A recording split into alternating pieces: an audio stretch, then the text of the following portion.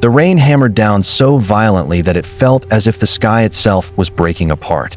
Cars hissed past in frantic streaks of gray, and the city seemed to fold into a blur of rushing umbrellas and puddles swallowing footsteps. In the middle of all of it, Rowan Hale stood frozen on the sidewalk, clutching a worn leather folder to his chest. Inside it were the last copies of his resume, the last fragments of hope he had been holding onto for months. He was already running late for the most important job interview of his life. Missing it wasn't an option, until he saw her. A woman collapsed on the curb beside a bus stop, drenched to the bone, her hair plastered to her cheeks, shoulders shaking as she cried into her hands. People walked past her as if she didn't exist, as if misery in the rain was just another piece of the city's noise. Something inside Rowan tugged, hard, and in that single moment, he faced the kind of choice that could alter the entire trajectory of a life. Before continuing, if you believe in kindness, second chances, and humanity showing up in unexpected ways, please like, comment, share, and subscribe to Bright Hearts.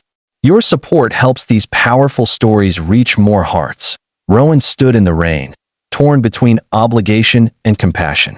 The job he was interviewing for would change everything for him and his 7-year-old daughter, Mira.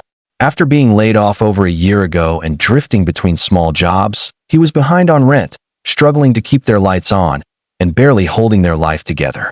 Today was supposed to be his turning point. A stable income, health insurance, a chance to rebuild what had been slipping through his fingers.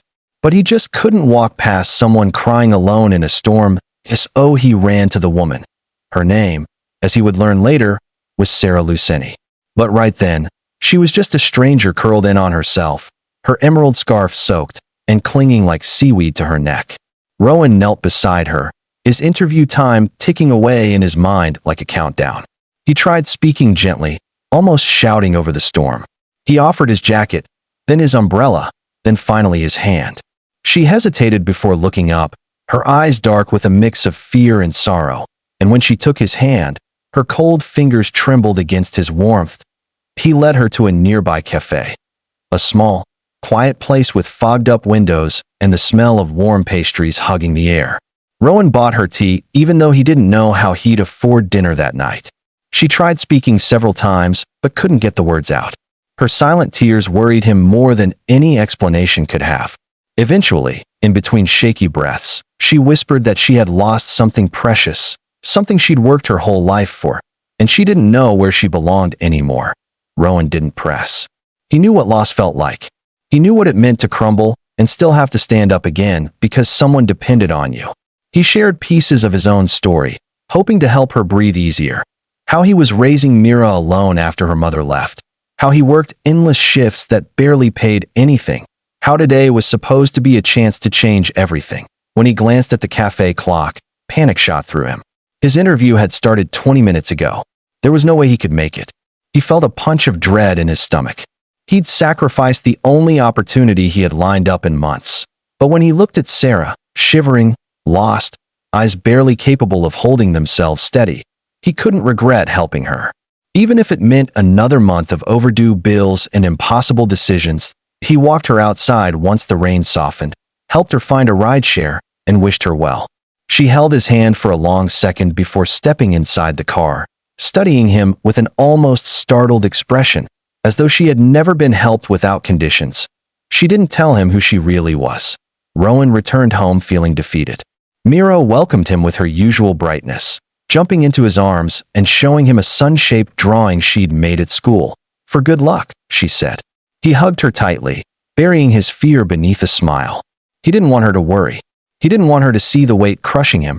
Days passed. Nothing changed. Bills piled up. Interviews went nowhere. Rowan tried to pick up extra work fixing old bicycles around the neighborhood, but it wasn't enough.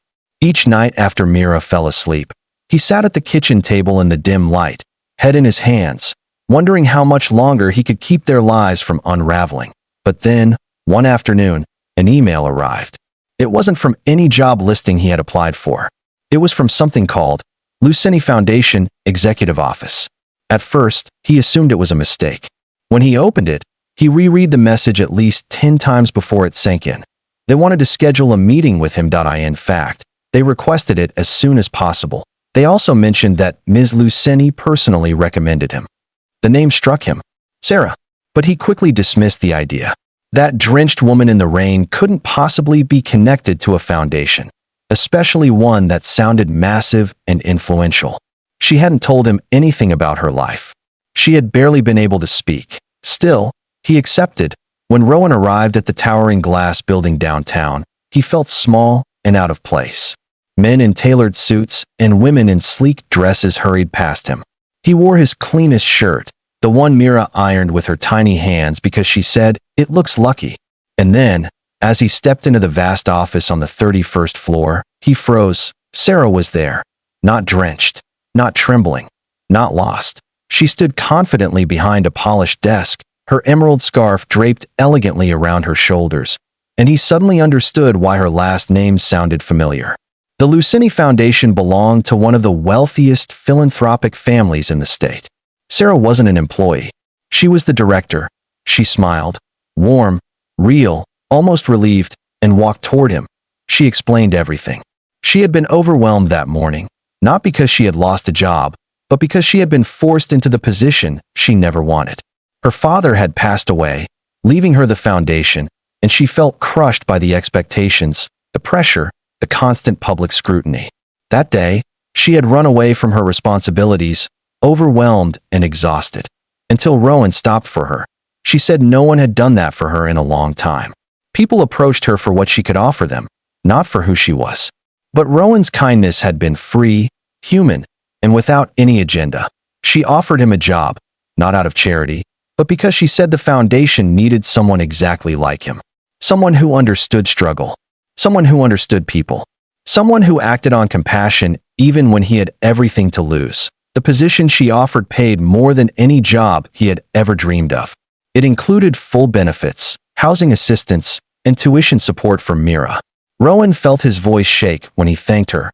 Life changed in ways he never expected. Over the next months, Rowan thrived in the role. He learned to lead community outreach programs, helped families facing hardships like he once did, and used his experience to make decisions grounded in empathy. Mira flourished too, joining an after-school art program the foundation sponsored. She began drawing sun-shaped good luck charms for other kids who needed them. Sarah visited their programs often. She grew close to Rowan and even closer to Mira, who adored her.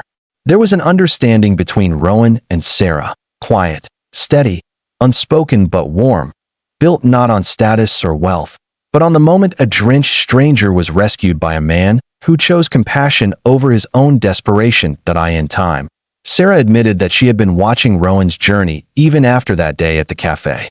She wanted to be sure he wasn't just kind in a single moment, but kind at his core. He passed every unspoken test. Their bond deepened in a way that didn't need grand declarations. It grew in the small things, shared smiles after long meetings, the way Sarah always saved one of the cinnamon pastries Rowan loved during morning briefings, the way Rowan instinctively reached to shield her whenever they walked near traffic, and the way Mira grabbed both their hands when crossing the street, as if they had always been a family. One evening, after a community event, they walked home together under a clear, sunlit sky, the kind of bright day Rowan once thought he would never see again. And he realized something. Sometimes, the moment your life falls apart is the same moment it begins to rebuild in ways you never imagined. If this story touched your heart, if kindness, sacrifice, and second chances still mean something to you, please like, share, comment, and subscribe to Bright Hearts. Your engagement helps keep these meaningful stories alive. And remember, sometimes missing what you thought was your big moment isn't a loss at all.